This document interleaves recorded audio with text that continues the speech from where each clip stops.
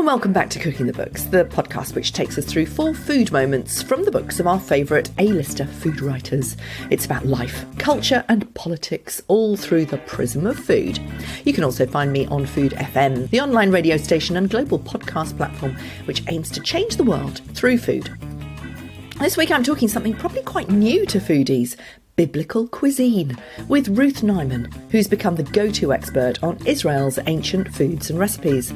Her first book, The Galilean Kitchen, captured the oral recipes passed down through the matriarchs of the Druze, Muslim, Christian and Bedouin communities in northern Israel and won a Gourmand Award. Now her latest, Freekeh, Wild Wheats and Ancient Grains, is longlisted for an Andre Simon Award. Taking the meat out of some of the most unchanged recipes in living history, it's led to a fascinating contribution to the vegetarian canon. More and more people are going into a plant-based diet, and I think it's really useful to be able to know that all these ancient grains and wild wheats can be done for modern eating. And she's a bit of an inspiration. She started by telling me how her food writing, which has taken her right into the heart of these ancient communities, is actually her third career. I came very late, actually, because I started a career in nursing. I spent a long time in the NHS, working my way up through the wards to become a ward sister and into management. But it was the management that I didn't want to be. I wanted to be a nurse, and the health service didn't sort of allow me to be that at that time. So I decided to leave and retrain into my other passion in life, which was food. So I went to Leith School of Food and Wine, but my sole aim was to set up a catering company. And that's what I did. I set up an outside catering company, which I really, really enjoyed doing, pootling around in a green van called Truly Scrumptious Catering. But I always felt that my roots were from Israel, which I know we'll get onto. And so my food was very much of a Middle Eastern flavour. And I went round and North London, predominantly in Hertfordshire. And I just catered for people's parties, for their weddings, for their bar mitzvahs, for anything that, people wanted, and some corporate stuff as well. And I absolutely loved it. But unfortunately, due to various health reasons, I had to give it up. Not unable to think of a life without working, I moved into writing. I did another online food journalism course, and came out with a distinction and thought, right, I can do this. So I did. And that's how I got into writing. I used to do some writing, obviously, with the business. Running a business, you had to market, you had to do all your telling stories, people to know about you. So I was used to writing, but not in the way that I've managed to create sort of books since then. Yeah, but you actually self-published your first book, The Galilean Kitchen, bringing together your fascination with Middle Eastern food, and we'll talk a little bit about that. But it went on to win a Gourmand Award, which is fantastically prestigious. I mean, tell us about how you self-publish, because a lot of people are very interested in getting their stuff out there, whether to self-publish or not. Well, I mean, the actual idea for the book literally fell into my lap. I used to go back and forth to Israel, and there was, at that time, I'd heard through quite a few friends of an Australian guy who had opened up a new sort of business called Galilean. And he wanted to take predominantly tourists, but obviously some Israelis as well, and nationals went to it as well. But he predominantly wanted tourists to come into northern Israel, which is where I knew and loved and lived for a while. He predominantly wanted the tourists to come to northern Israel, but to actually go into the homes of Arabic women who are just normal home cooks, passionate about their food, and get to actually understand what homely Arabic food was about. And so I participated in one of these workshops, actually with my son, and we got introduced to this wonderful Muslim lady called Nawal, who I don't think I will ever forget because of the way she welcomed me into her home and showed me the Arabic foods that are indigenous to the land, and we started cooking. So anyway, I sort of did this workshop, absolutely loved it, and started realising that there was so much more to Arabic food, and that actually the dishes were quite sort of similar, but with different nuances depending on the different religions and the different backgrounds and the way they sort of were passed down through the generations. And as a result, this sort of idea of a cookbook came about. My original thought was to obviously try and get a publisher, but unfortunately, when you're not very well known, it's very hard. They look at your Instagram follower figures these days. I mean, it's just ridiculous. If you're a celebrity, and I couldn't really say yes. So dull. So it was very, very difficult. So I looked at self-publishing and decided that was the only route I was going to get it to publication.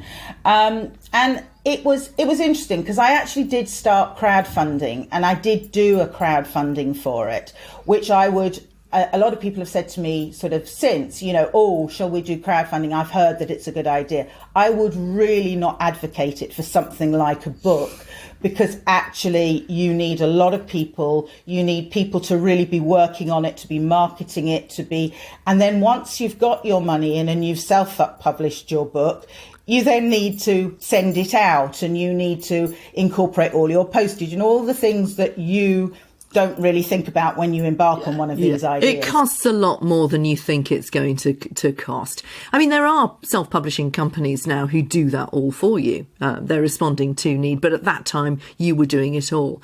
Well, it went on to get you a deal for your latest book, Freekeh, Wild Wheat and Ancient Grains, Recipes for Healthy Eating, which is still about that Middle Eastern food, the history of it and the religion and culture. I know that you're a big fan of Claudia Roden, and you listened to her interview on Cooking the Books recently. Tell us about her influence on the work that you do.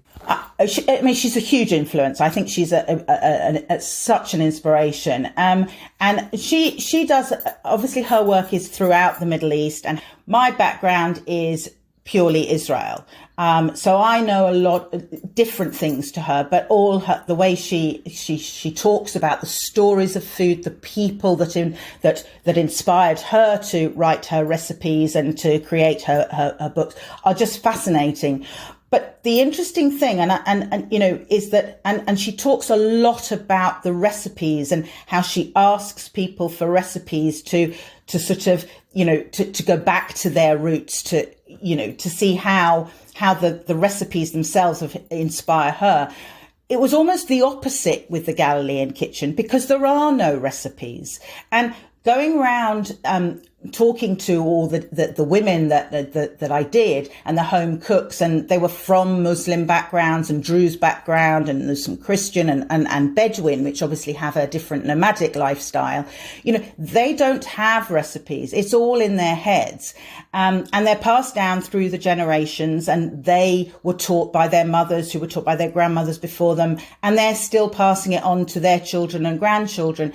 And that was what was so interesting, was that the Galilean Kitchen was actually, for the first time, putting some of these recipes that came from their mothers and before them into actual recipes, into a book, because when we were cooking, it was very much a bit of this and some of that, and you had to put it into how it would work as a recipe for the Western world. Yeah, absolutely. Let's move on to the new book. Of all the wild wheats and ancient grains, why did you choose Freekeh as your title?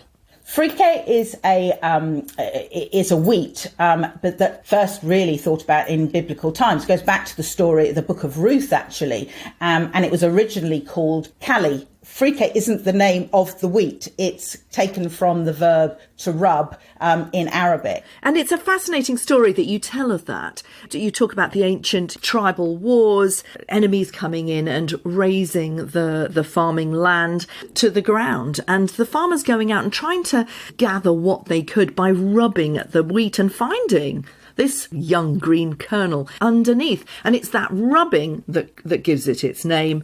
because the wheat was set alight, in order to salvage it, they stopped the fire and they salvaged the burnt husks, and it was charred, it was blackened, and they had to then rub it to get that char and chaff off it, and they just continually did it so that they could and actually, as you say, they revealed this green kernel underneath. But it's actually still, the process still is that you smoke it in the fields like the ancient process. And so you've still got this smoky flavour. And really, the fresher this freekeh is, the smokier it smells and the smokier it then tastes once you've cooked it. It's a bit like a miracle food, isn't it? I mean, it feels biblical. You imagine the farmers going into the land and looking around them and seeing everything burnt by the enemies, and they're rubbing it, and out comes this amazing food that tastes incredible.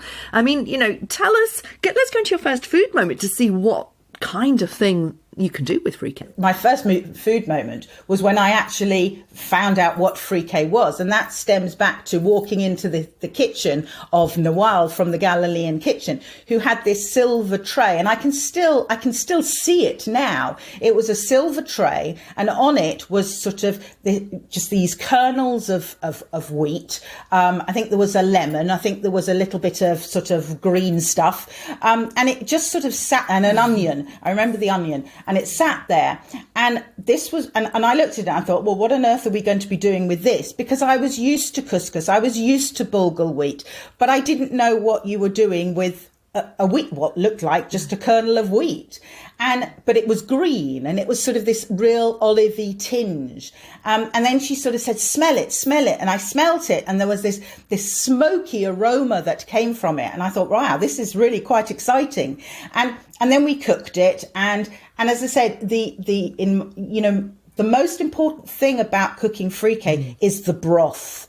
And I know that, today we're not so, we don't sit there cooking up stocks for hours and hours and hours necessarily, because we don't always have the time. But in the olden days, and back when they first, used freekeh in the 13th century, it was about this broth, and that had been on the stove for days and days. And even the Arabic women today, a lot of them still use it. They put in their chicken bones, mainly chicken, sometimes meat, but mainly chicken. And they create this beautiful, beautiful stock. And with that, they boil down the freekeh so it swells. And it just has this wonderful sort of texture that's slightly nutty and still have a slight bite, and this smokiness to it. And in fact, you quote the Muhammad bin Al-Karim, an Islamic caliph in the 13th century, describing it as a porridge of new wheat cooked with meat. Can you do a vegetarian version? I mean, I know you can, but did you find any of those recipes in your travels? In the Arabic communities, there are, not so much, I have to admit. But freekeh wild wheat and ancient grains is only vegetarian and freekeh and vegan recipes. So, and actually, the traditional freekeh with pine nuts and slithered almonds, which is very traditional to put on the top, is done with a vegetable stock or even water flavoured with, bay leaves and peppercorns and cloves or whatever you want to use. It is vegetarian, it is vegan. It's only that people then add often the meat from the stock or the chicken, shreds of chicken that they will then put onto it to make it more of a sort of a meaty dish. So you do it in this one with pine nuts and almonds, for example. Yeah, and that is a vegetarian, it's vegan because there's nothing in it that. So why did you choose to do that then? I felt that freekeh and grains and wheats does lend itself to very well to a vegetarian or more importantly vegan diet. And also with it being, more and more people are going into a plant-based diet. And I think it's really useful to be able to know that all these ancient grains and wild wheats can be done for modern eating. And I just felt it lent itself really, really well to it. Yeah, I mean, it's quite a move away, isn't it, from the first book, where you're capturing this oral storytelling and these recipes of these ancient communities who would have used the food from the land, which would absolutely have been meat and chicken based. You do the same with Galen's Barley Soup. Now, Galen of Pergamon was a highly acclaimed Greek physician. He was one of the most important early physicians, actually. We probably know Hippocrates as the father of modern medicine from the ancient Greek days. But Galen was probably the Roman successor, and he wrote a huge amount about the relationship between food and health, something that you've always been really interested in. As I say, I have been always very interested in health and eating because of my background, and you know, and I was sort of totally, when I was researching Galen and realizing that how he felt that, you know, the sort of food and medicine almost blurred in his eyes, and that that it was food that helped to gain this sort of healthy body, mind, and soul. And you know, so I looked at his soup, his barley soup, which was very, very basic. And he believed that it really was the sort of the cure for all ills almost. But it was a very sort of bland sort of a soup. It was just this barley that was cooked in water so that it would swell, and he added a little bit of dill and I think a little bit of dried leek, but there was no flavour to it, and I just sort of looked at it and thought, no, there must be a healthier way of creating this delicious soup. So I sort of took it and I recreated it and added, you know, real leek in it and real dill and fennel and all these healthy, wonderful vegetables and herbs, and created this quite delicious soup using pearl barley. The third food moment is always fascinating. Bread. The role of bread. I mean, we could talk about this for hours. You know, it was once the staple of everybody's lives. Now it's a lockdown fixation. It's the domain of the middle class. You know, it's sourdough is a kind of an icon of middle class values, isn't it? It is also a big subject because of the endangered grains. You know, talking about ancient grains has become a conversation about the early hunter-gatherers.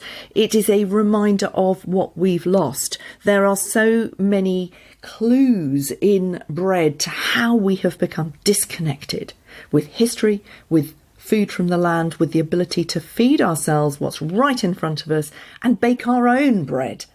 All of that comes in your third food moment, Rambam Bread. Tell us why you chose this and tell us what it's all about. Well, I mean, what you say is very, very true, is how we're now looking at, you know, the old ancient grains and how we're using them in the basic staples of bread. And when I was doing my research and I was out in Israel, I actually visited a lot of different people, a lot of different bakers, artisan bakers who are using very different grains. And there was there's the fifth generation bakers who are using einkorn, and they're putting them into sourdoughs and also the traditional challah bread, and they're selling them to, you know, restaurants of very high quality in the midst of Tel Aviv, and that's what people are really coming into. There's a bakery that I worked with that just used his spelt grains, and they don't actually grow spelt in Israel, but they import them and then they mill them there.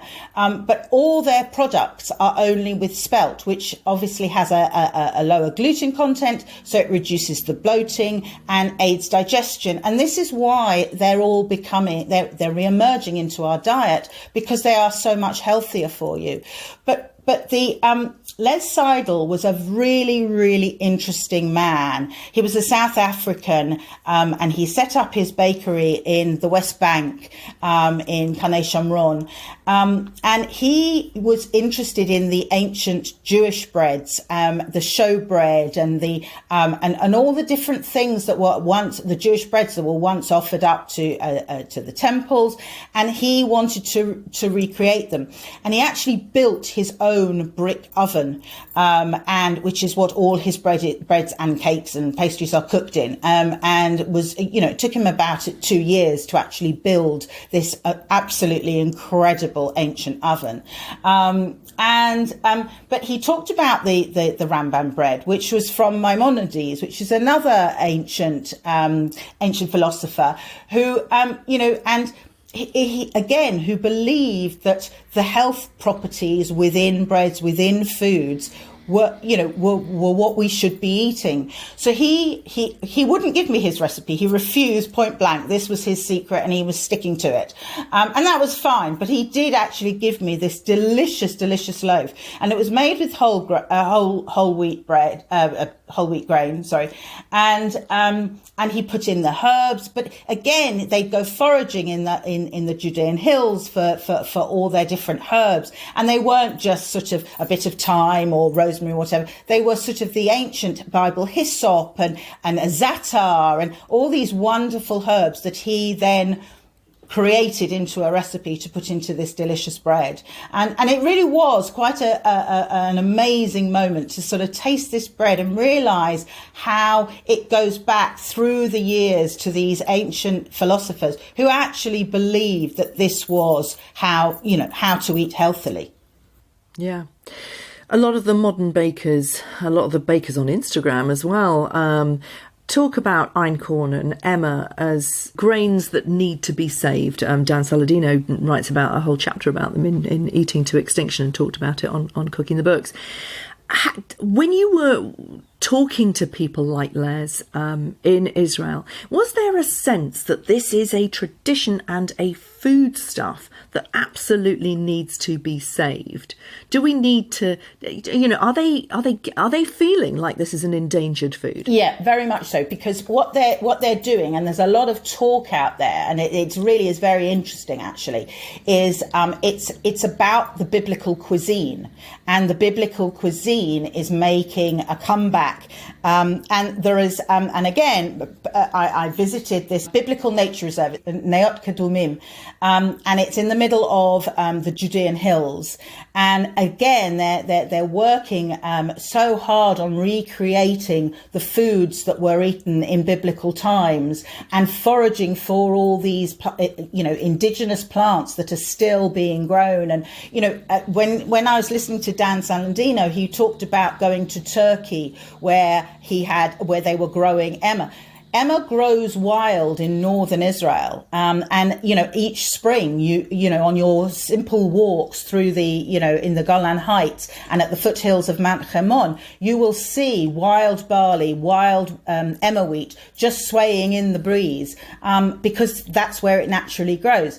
Unfortunately, the biggest problem with wild emmer and some of the others is they don't yield huge amounts. And that's why it's difficult to work with them on a very large commercial basis.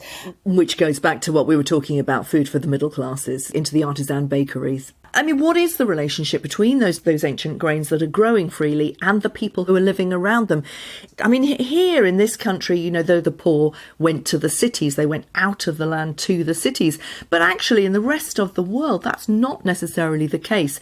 Do the working class people, the farmers, do they pick their own grains? Yes, and actually, interestingly enough, what they're doing in Israel is they're going back to the ancient grains and starting to grow them to try and develop the yield so that they can actually use them. I mean, Khorasan, which is another wheat, wild wheat that I talk about in the book, again, there's a lot of work with the farmers that are going back to growing Khorasan out there and trying to use them.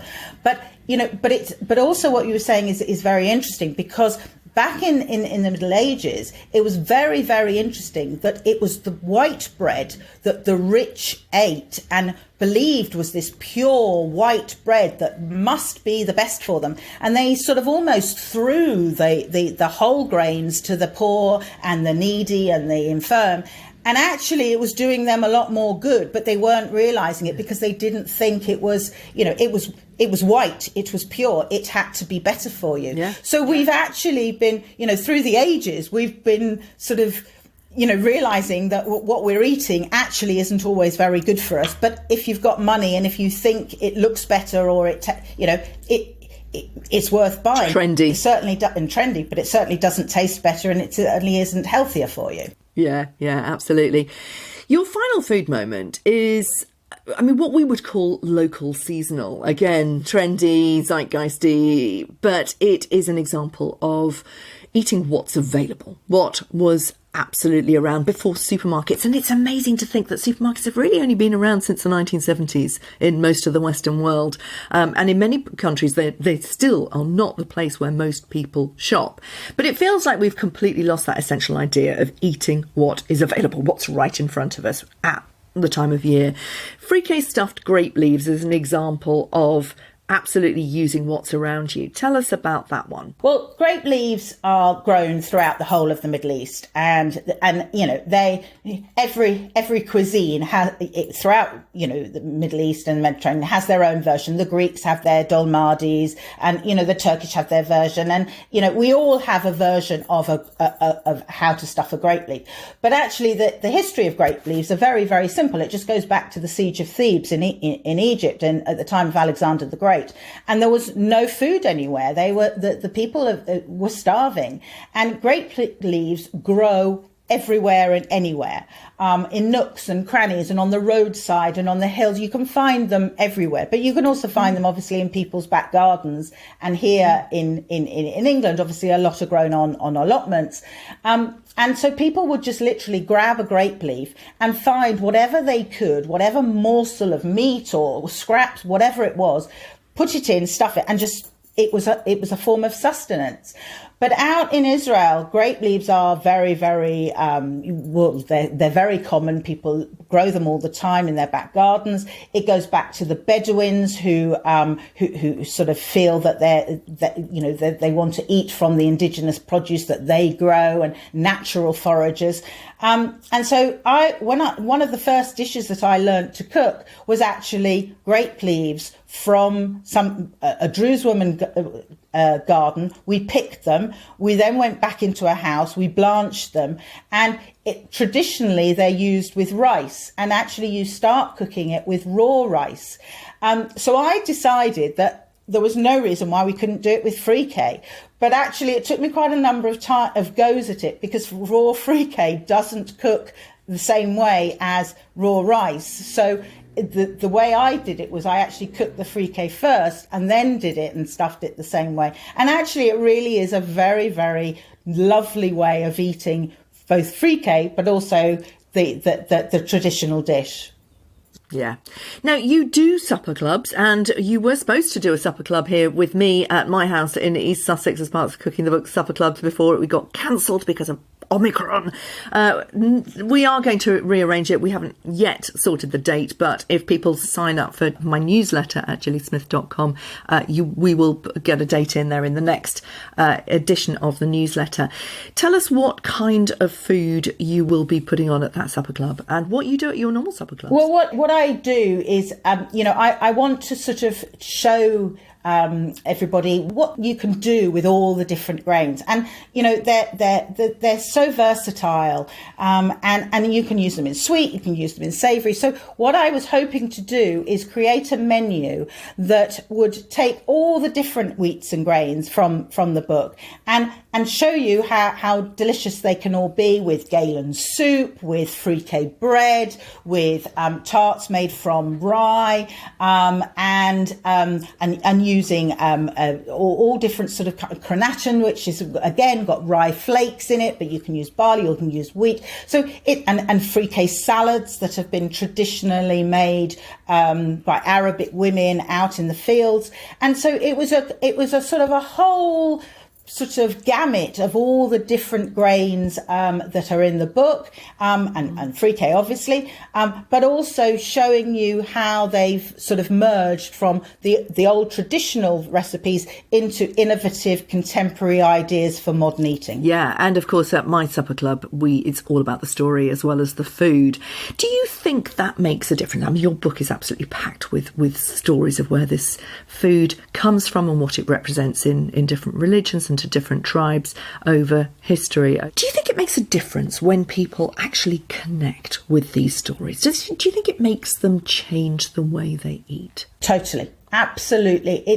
The stories make it happen. And, I talk a lot about going from the land to the plate. And to my mind, that's how you understand what you're eating. And the whole thing about Freekeh to me is the way it's actually processed, the whole annual harvest that goes on. And I've witnessed this firsthand, going into the fields, seeing the old traditional sickles that they cut the Freekeh, the wheat at the exacting point of where they know they need to cut.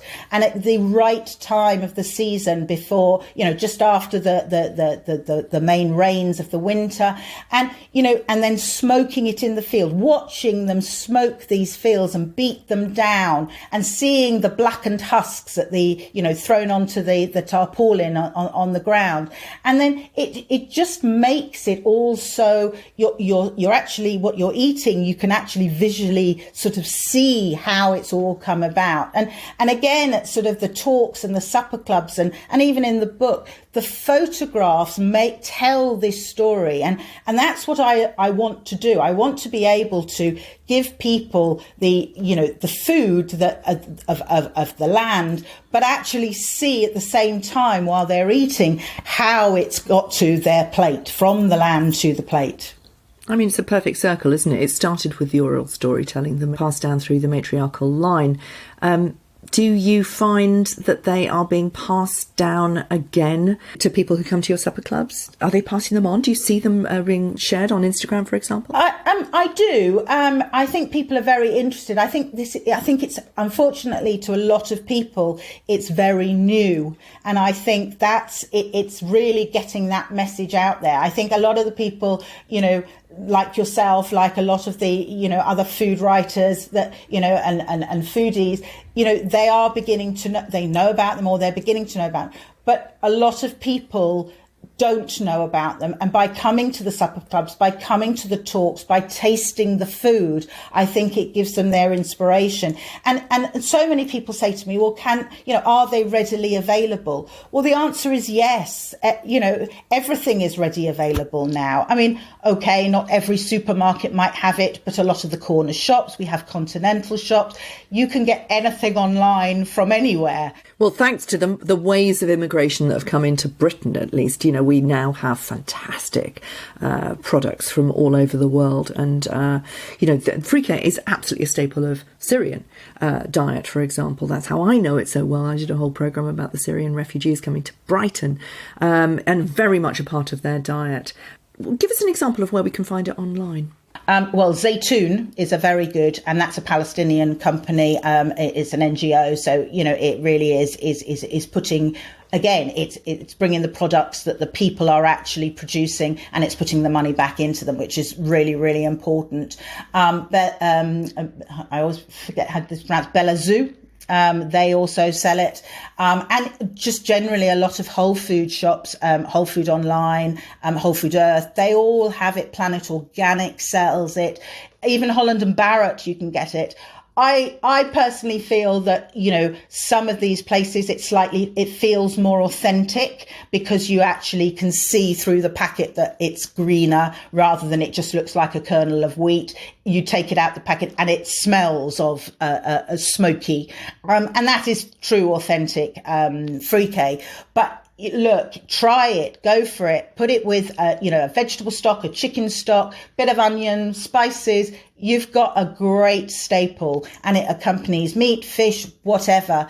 And it's good for you. It's really healthy. So I would say go for it. And I will hope to be talking more and doing more supper clubs once we're allowed to reconvene our normal lives again, and really inspire people to use these ancient grains and wild wheats from our ancestors. Thanks for listening. Please do get in touch on social media. I'm at Cooking the Books with Gilly Smith on Instagram and at Gilly Smith on Twitter. And sign up for my newsletter at gillysmith.com to find out about the Cooking the Books Supper Club at my house. And I'll be back next week with Jenny Ridgewell, whose book I Taught Them to Cook is a hilarious tale of teaching kids to cook in a comprehensive school in East London in the 1970s.